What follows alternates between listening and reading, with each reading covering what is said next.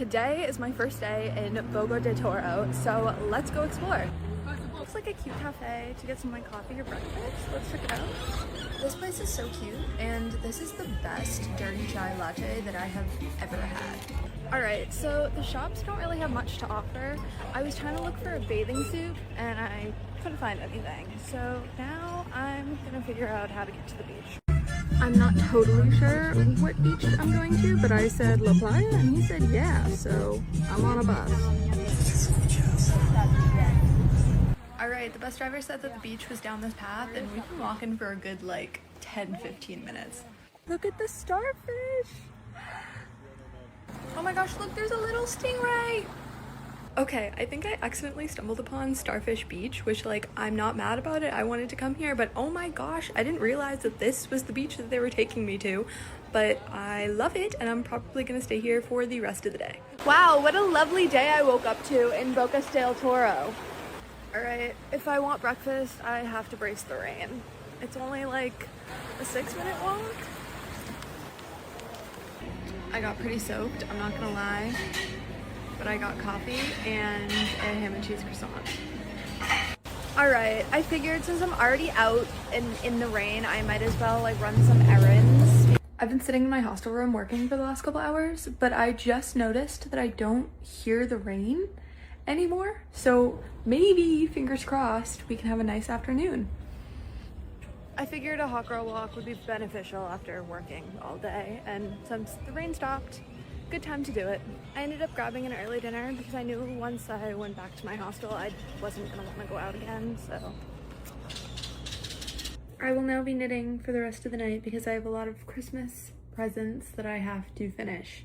So, thanks for watching! You guys want to see what I got for Christmas? Look at this bad boy. It's a sweatshirt with a dog pouch. And she loves it. Look at her. I'll give you guys a whole Christmas haul. I got a Brita filter because I only drink room temperature water and it pisses everybody off. So now I have my own Brita filter to leave on the table. A paint your own mug set. I got this necklace. Coloring book. Oh, and my grandmother, she's my favorite. She gets me the best gifts. She got me this bracelet. I told you, she loves this thing. Literally won't get out of it. Just a plain, soft, long sleeve t-shirt. I got these like bands so that when you wash your face, like it collects the water so it doesn't like run down your arm. Oh, and my boyfriend's mom got me really nice yarn. And then I got some like gift cards and like money and stuff. But yeah, that was my Christmas. Situations like these really stress out my autism. So I'm about to take an overnight bus. I'm currently in Boca del Toro and I'm going to Panama City. This is gonna be like a 12-hour overnight bus ride. And the bus ride isn't the problem. I've done overnight buses before. The problem is I've been given no information about what the bus is going to be like. I don't have any information, then I don't know how to properly accommodate myself, what to pack, what to wear, what things I need to be aware of. You know, like, is there going to be AC blaring on the bus and I should maybe wear warmer clothes? Or is there no AC and I should be wearing like a t-shirt and shorts? Or what about bathrooms? Like, should I be depriving myself of water right now so that I don't have to pee if there's no bathroom on the bus for like 10 hours? Stuff like this I really need to know. But I'm on a small island in Panama. There's a language barrier. I booked this ticket through like a family-owned restaurant. Like, it's not like they have a website, so I'm not gonna get any details. I'm gonna hope for the best. I'm gonna try my best to properly accommodate myself based off of what I think is going to happen. But yeah, I just wanted to talk about this and just share one of the common struggles that I have as an autistic person while traveling. Travel with me from Boca del Toro to Panama City. It's about a 12-hour journey and it starts with a boat and then a shuttle and then an overnight bus. I bought the combo ticket for the boat, the shuttle, and the overnight bus here. All right, and we're off on the boat. Oh, and they have the taxi waiting for us right off the boat. All right, nice. All right, that was a little hectic, but we made it. We did the bus and the transfer, and now we are getting on the bus.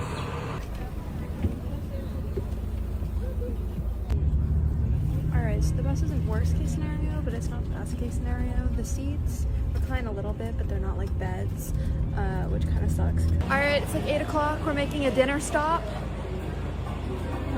It's a little after midnight and we made another stop.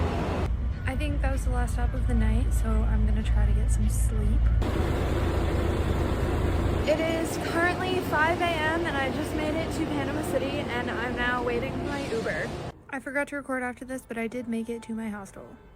I was supposed to leave for Sri Lanka tomorrow, but they just got hit with a very devastating storm, so obviously plans are changing and I'm not going.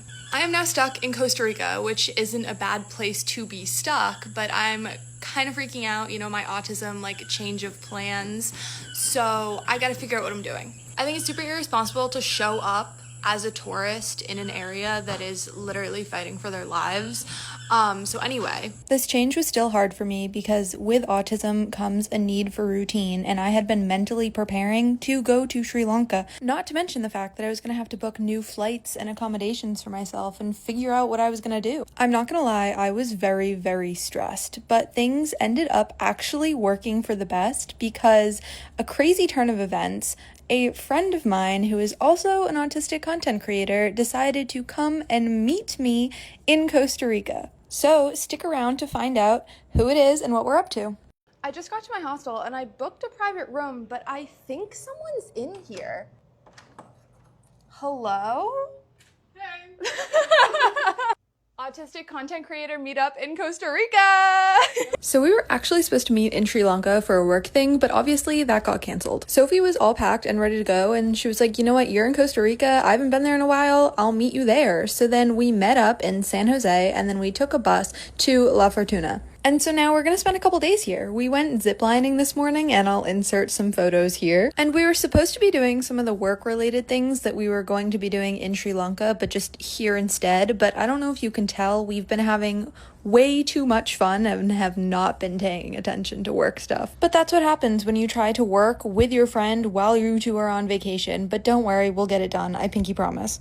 I've been traveling for a whole month now, and it has been super fun, super awesome, but very stressful on the autism. But for this past week, I've been hanging out with Sophie and we've been staying here at her family's place in Costa Rica, and it has been so nice to relax with another autistic person. Like yesterday, we laid in bed all day and like didn't talk to each other, and it was wonderful. But today, she left to go get her hair done, and I'm gonna go to a coffee shop to get some work done, and I guess I'll just take you with me. I had a lot of emails that I had to catch up on because I went the past couple days without Wi-Fi, so I couldn't really do them. And then after a couple hours, Sophie texted me and said that she was done with her hair appointment, so I went and met her for lunch. And then in very autistic fashion, we ended up staying at the restaurant chatting for a couple of hours. Then we went home, put our comfortable clothes on, turned on the TV, grabbed our activities, and body doubled for the next couple hours. And then it was like 10 o'clock and we were like, oh my gosh, we're hungry, and we ended up ordering late night ice cream. Everything we eat today at the park. This is a granizado. This was the first time that I had seen or heard of this before. Sophie introduced it to me, obviously, and oh my gosh, it's amazing. It's like shaved ice with syrup and then leche on top. Okay, number 2, we got mango verde. Con sal, or I should say it in English, right? Salt, pepper, lime juice, and salsa Lizano. This is so good. Mm-hmm. But you're right, it's not sweet. Like, it's like not at all mango. Is that Please excuse us while we have a quick roller coaster break in between food. we got a latte! It looked amazing and it was amazing, but we were a little disappointed because they didn't put the spicy stuff on it that we asked for, so it definitely wasn't spicy. And then last but not least, we got churros and ice cream, which was a perfect end to our food exploration. It was really hot and we could definitely use some ice cream. And then we had to run home because there was a Bad Bunny concert and we were worried that we were gonna stuck in really bad traffic. Goodbyes are always hard for me as an autistic person because of my alexithymia. I never feel sad about a goodbye in the moment, and then I feel awkward that I can't properly show the right emotion. But now, 2 weeks later, I'm feeling very emotional about having to say goodbye to all of my new friends that I made on my Costa Rica trip. So I want to reminisce and share some of of my favorite memories with you. One of the first nights, we had a show and tell of all the fidget toys that everybody brought, and we ended up making up games to play with people's fidget toys. We got to nerd out together pretty much every single day when we were learning about all the plants and animals. There was one day where we got to release baby turtles at sunset and watch them slowly walk into the ocean, and that was like a core memory. And a couple of us even got matching tattoos of baby turtles to remember that. And then my two favorite excursions that we did during the week was this waterfall that we got to hang out at for a while, and then also this horseback riding activity that we got to do. It was my first time like really riding a horse, and it was so much fun. The week went by so fast, and I miss all of my friends.